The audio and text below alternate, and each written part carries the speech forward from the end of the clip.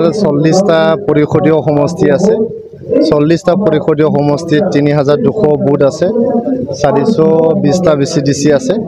সকলো বুথ সকলো VCDC আৰু সকলো ব্লকত আমাৰ প্ৰস্তুতি একদম কমপ্লিট হৈ গ'ল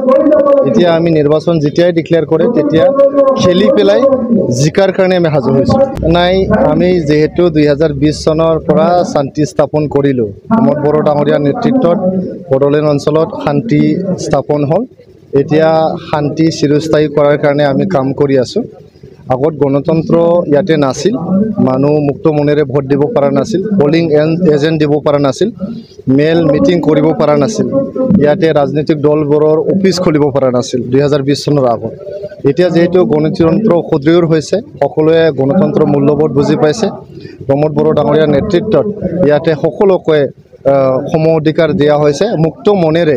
নিজৰ পছন্দৰ ৰাজনৈতিক দলত কাম কৰিবলৈ এতিয়া সুযোগ দিয়া হৈছে গতিকে সকলো ৰাজনৈতিক দল আহিছে আমিও ওয়েলকাম জনাইছো আহক খেলক এটাই অনুৰোধ আমি ইয়াতে শান্তি স্থাপন কৰিছো 2020 চনৰ পৰা ইয়াতে যি ঘূৰি অহা শান্তি এইটো যাতে কোনো পৰ্যায়ত বিঘ্নিত নহয় হিন্দু মুছলমান হিন্দু খ্ৰীষ্টান এইবিলাকৰ ৰাজনীতি যাতে নকৰে এইটোৱে অনুৰোধ আপোনালোকে আহক ইয়াতে কনষ্ট্ৰাকটিভ আৰু পজিটিভ পলিটিক্স কৰি পেলাই আপোনালোকে ইয়াতে নিৰ্বাচনত অংশগ্ৰহণ কৰে তেখেতক ধন্যবাদ দিছোঁ আগতে বহুত লানি আলোচনা হ'ল BPF আৰু UPPLৰ মাজত বহুত লানি আলোচনা সময়ত তেখেতে নিজে উপস্থিত নাছিল তেখেতে সহাৰিও জনোৱা নাছিল বুলি তেখেতসকলৰ নেতৃবৃন্দই কৈছিল তেখেতসকলৰ নেতৃবৃন্দ যেনেকৈ খাম্পা বৰগয়াৰী আছিল আগত এতিয়া UPPLত আহিল ৰবিৰাম নাৰ্জাৰী আমাৰ ওদালগুৰিৰ ৰিহন দৈমাৰী ৰবিনসন মুছাহাৰী আৰু তামুলপুৰৰ আমাৰ ইমানুৱেল মুছাহাৰী BPFক নেতৃত্ব দিছিলে আমি UPPL তৰফৰ পৰা আমাৰ মাননীয় ৰণগৰা নাৰ্জাৰী আছিল আমাৰ কাৰ্যকৰী সভাপতি আৰু MP ৰাজ্যসভাৰ মই আছিলোঁ আমাৰ BTCৰ স্পিকাৰ কাতিৰাম বড়ো আছিলে তেনেকৈ আমি 4-5জন UPPLৰ পৰাও আছিলোঁ বহুত লানি আলোচনা হৈছে মই নিজে উপস্থিত আছিলোঁ তেতিয়া কিন্তু তেখেতসকলে জনাইছিল আমাৰ হাগ্ৰামা মহিলাৰী ডাঙৰীয়া সঁহাৰি জনোৱা নাই